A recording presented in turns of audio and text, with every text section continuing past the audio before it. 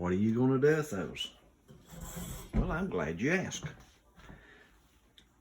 First thing we're going to do is we're going to cut these up with our X-Acto slicer. And then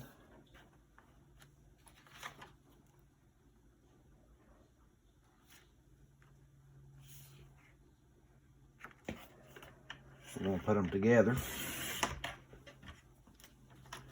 Show you right here in just a few minutes. I'm going to slice one of these up, and then we're going to get them ready to go.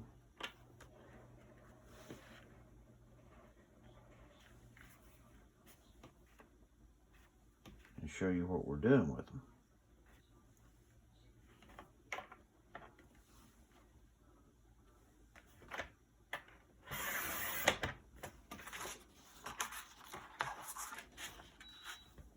I printed these out. I downloaded these from a free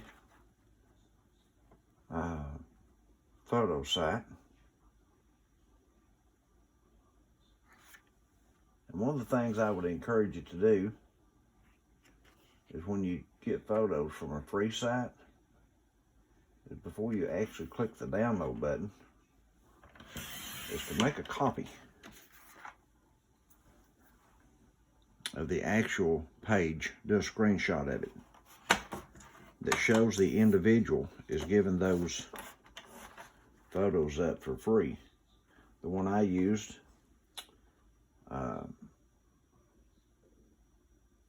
allows me to use the photos for commercial use. And the reason I suggest you do that is because I read the other day where someone had downloaded a photo and used it on their website from a free repository like that, and after they'd had it on their site a little while, the people who had their photographs up for free took them all down, and they sent a notification to this blog owner that they were going to have to pay them for using their pictures. Well, he had no way of proving that he had got the pictures for free because the place that he had got them from, of course, no longer had the photographs there available, and he ended up having to pay these people for using those photos. So if he had taken a screenshot to prove that these people had been giving their photos away, then he wouldn't have had to pay it. So that's kind of a sneaky, underhanded way for people to do things, but there's a lot of folks like that in today's society, in today's world, so you have to kind of protect yourself as you go along. So I always get a screenshot of these things before you download them that shows the original owner of them, and that they have listed them for free and for whatever use it might be, whether it be commercial or personal or whatever it might be, but especially if you're going to use it for commercial use.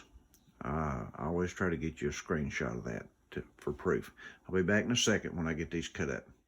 This is the screen over on pixabay.com, where we get a lot of our photos from, free to use for public domain. Right here's the Pixabay license. It says free for commercial use. No attribution required. That means I can download these and use them any way I want to. Now here's the author or the owner of the photographs right here. They have uploaded them to Pixabay for free use. If they take these down, if this person takes all their photos off of Pixabay, they can be like, well, we never did upload those. If you've got a screen copy of it, it is proof that they uploaded them.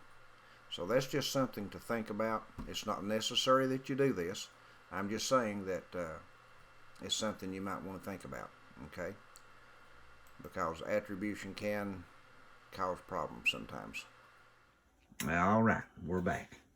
We've got everything cut up and pretty much ready to put together. Now these, I printed these off on heavy stock paper. It's not really what I don't think it's really like card stock, but it's next to it. But the way I use these and the way I assemble them makes them stiff enough to where it's like having cardstock, because I'll be putting 2 of them together, okay? It'll be like this here. I'll take one of the cards that has a nice photo on it, and one that's got some blank space on the back, and I'm going to be gluing these together, just like so. When they're glued together, then they're thick as cardstock, okay? The glue I've been using, and it's been working very well, is Crazy Art washable glue stick. Now, I know there's a lot of different makers for glue sticks, and I don't think it really makes a big difference which one you use, but this works really well for it. You can also use 3-in-1 glue, the clear 3-in-1 glue. That works really well for this kind of project. The clear tacky glue works good for this kind of project. Just pretty much anything that will hold paper and glues a little bit quick. That's the main thing about these projects like this. And one of the other things that I've done to keep the glue off of my table, which is always handy, is I've got one of our glass cutting boards that from the kitchen. It's an older one that we don't use much, hardly ever anymore, so I'm just going to use it for my projects like this. One of the things I keep handy is hand wipes. These are the generic from Walmart, but they work very well. When you get through with your glue, you can just wipe it up with that and then dry it with a paper towel, and then you're ready for your next one. I try not to get the glue on the face of the cards. Keep a roll of paper towels handy. Another thing that's handy to have around is a ruler. I like to keep a ruler here for when I'm putting the cards together. I can use that to kind of push them down with a little bit. This project, we're going to be making bookmarks, is what we have in mind to do here.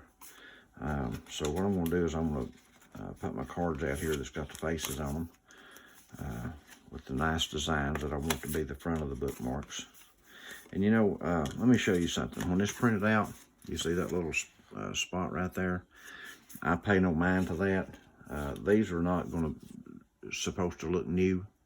As you can see here, this one printed just a little off there, got a little of the dark print off of it, the ink. These are supposed to look like older cards, like older bookmarks, and that's the purpose of these. So having a little bit of scuffing on them or a little bit of roughing up or whatever, there's when I miss the edge, I'll trim it with a pair of scissors, no big deal. None of this is major work. It's just what we're going to do is we're going to glue some of these together with the stick glue. I just put the stick glue on the back of one, stick glue on the back of the other one, and put them together. Okay, if you have just a little bit of a white edge or something like that, if they're not cut exactly the same, maybe just a fraction off, you can always take a really good pair of scissors. This is a good pair. You don't want a flimsy pair. This is a heavy stainless steel pair of scissors, and it'll trim a really fine line like that section right there. It'll trim it. So if these get off just a fuzz, it's no big deal. A couple of them are made where you can put them back under your X-Acto trimmer and trim them if you needed to. But that's all we're doing. We're gluing these together, okay?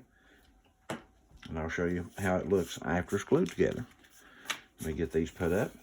There's different things you can do with this stuff now. Like I said, we made bookmarks out of these, out of the first ones we did. This is my second bunch that I've printed off and cut up. I wanted to show you what we was doing with them. This is what we did with one bunch of them right here, okay? Just took a paper punch, a hole punch right here. Just punched a hole in it. This is jute string. This is the front side, and this is the back side. There has been hundreds. I love reading. I really enjoy reading. And there's been hundreds of times, literally, that I've been reading a book, or if I've been in my Bible reading, and I think, well, I'd like to remember this particular chapter and verse, or this particular character in a book's name, or this particular place in a book, whatever it might have been, and reached to get a notepad and there was not one there. So I've always got a pen though handy. So all you have to do is flip this over and jot down what you're wanting to remember on the back of your bookmark, and you've always got it then. Okay, so that's kind of neat. That was the reason I put the backs on them, was so there'd be a blank back where if you're reading and you want to jot down a quick note, you can. They're just really neat, and they're heavy enough. They measure about, I think they measure like 4 by 2.5 inches, and they're thin enough that it doesn't affect your book, and they're heavy enough and stiff enough that they're not going to bend or break real easy. There's your string, and the great thing about it, if you want to add something to this string, you can. You know, I mean, if you want to thread beads down on it and tie it off on the end or something, that'd be all right. That'd work too. The other thing I want to mention about these is that if you wanted to take these and use these in projects like junk journals, these would be great for that. Absolutely great for junk journals. You could put these together and make little pockets out of them. If you needed to, you could fold them and use them for anything you needed to in a junk journal. So those would be great for that too. Another thing we did with ours, we've given a few of these away, and we're giving some of these away on our website from time to time. One of the things we did is we took ribbon, just punched a hole in them, took ribbon, and added vintage jewelry to it. This is an old earring from a vintage earring. We just put ribbon on the end of this and added that earring to it. Here's another one. This is a vintage earring here. Got a lion's head on it with your cat and your ribbon here. Backside blank, of course, to mark on, as was the other one here. And as you can see on this one here, it had a little bit of the ink scuffed on it a little bit there, which is fine. Doesn't affect these at all. Here's another one with a vintage earring on it with lace. Got a postcard looking back on it. And they glue together really good. Every one of these, we used this glue on it, and it has held it wonderful. So, you know, there you go. That's pretty much what we do with it. When I glue mine together, though, one of the things that you might want to do that this is handy for, it doesn't have to be a ruler. It can be any kind of straight edge, something that you can have a little weight. You'll want to, when you glue it, you'll want to go over that edge right there and make sure that edge is pressed down good on all the edges like that. Because if you don't, they'll have a tendency to want to pull up on the corners. Keep an eye on that when you're gluing it. Make sure you get your corners glued really good. Press down on them well, and then take your ruler or take whatever it is, the back of a knife or whatever you may need to press down on them with, and keep them pressed tight so they don't pull back up, okay?